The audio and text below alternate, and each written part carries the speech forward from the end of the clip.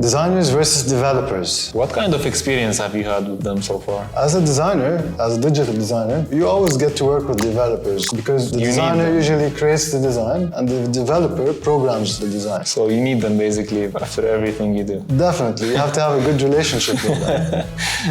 But sometimes you clash, sometimes you might clash. And here are like possible reasons you might clash. Sometimes developers tell designers that their design cannot be done. And sometimes they're correct, the design might be like overcomplicated or unreasonable. But sometimes some lazy developers just tell the designers, no, we cannot do this, we cannot implement this, just because they're lazy or just because they don't know how to do it and they don't want to learn how to do it. Do you think sometimes they get like not enough information about the project, so they encounter any hard time with any requirement? Perhaps, but let's continue so that developers don't get mad at us. Okay.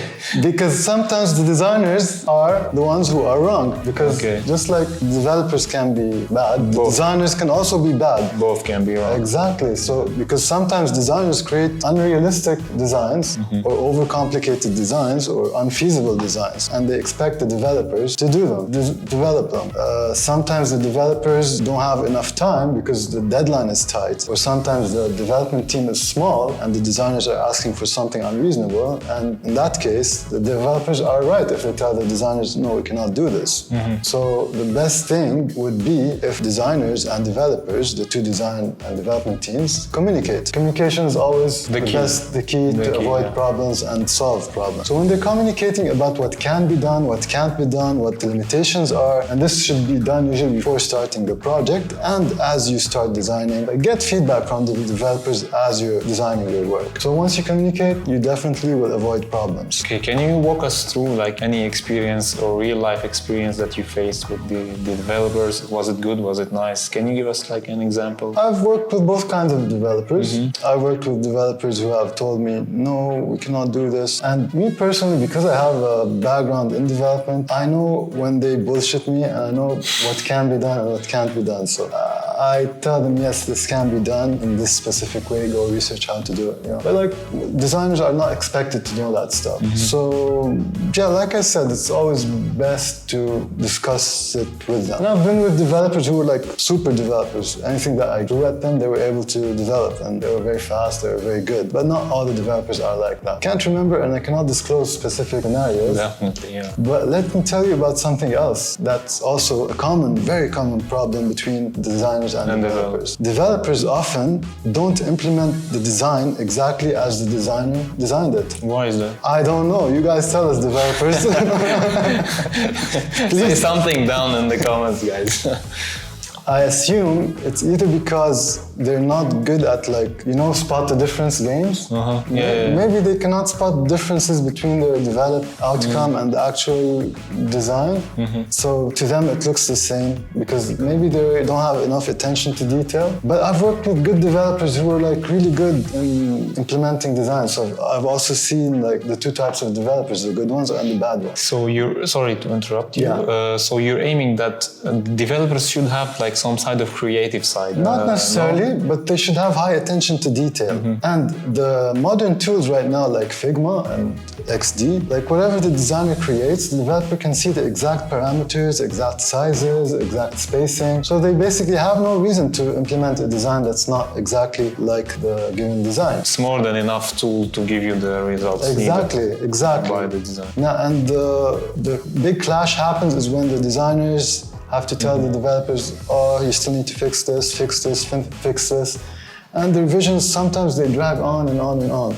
The way to avoid that is, from the beginning, for the designers and developers to talk about how they want to implement, and for the designers to point out to the developers what to look out for. For example, if you're working with a developer, tell them, please make sure to follow the exact font sizes, the exact spacings, and agree on what resolutions you guys are going to be working for. This is a really important thing, because sometimes you never discuss resolutions. A designer would be working for a resolution that's different than what the developer is developing for. This causes clashes. Another thing is that the designers should also tell the developers how their design should appear on different resolutions and screen sizes, or how their design behaves responsively or adaptively. Like, because the developer, they might not be good or experienced enough to tell how to turn this design into a responsive design. So here's where the designer should communicate. There's one more thing regarding development and communication with designers.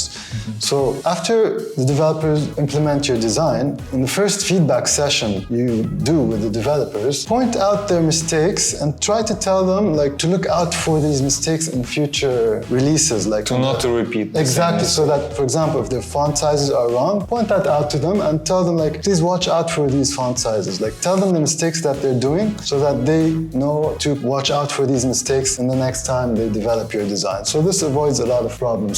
If you never address the problems and mistakes, they might keep happening and they will make the life of both parties quite difficult. Do you have any additional ways to minimize any errors between the developer and designer? Yeah, actually. A good practice would be to create your design system first. And the design system is a set of components. It's kind of like what brand guidelines or brand identity corporate manual is to logo design. So a design system is the same but for UI. Basically, it's where you create all your elements. For example, all the buttons look like this. These are the states of different buttons. Same thing for input boxes and any kind of components that you might need. You have them in one place. Cool. So the developers, they need to just develop them once and use these same components again, reuse them basically. This minimizes the error and also helps you in your design, makes your design faster because you're also using the same components in your designs. They're also known as like UI kits. UI kits are kind of like design system, parts of design systems as well. So yeah, that would definitely help you and reduce errors in development. This will conclude our episode for... Yep, subscribe for more and let us know what you think in the comments. See you in the next one, guys.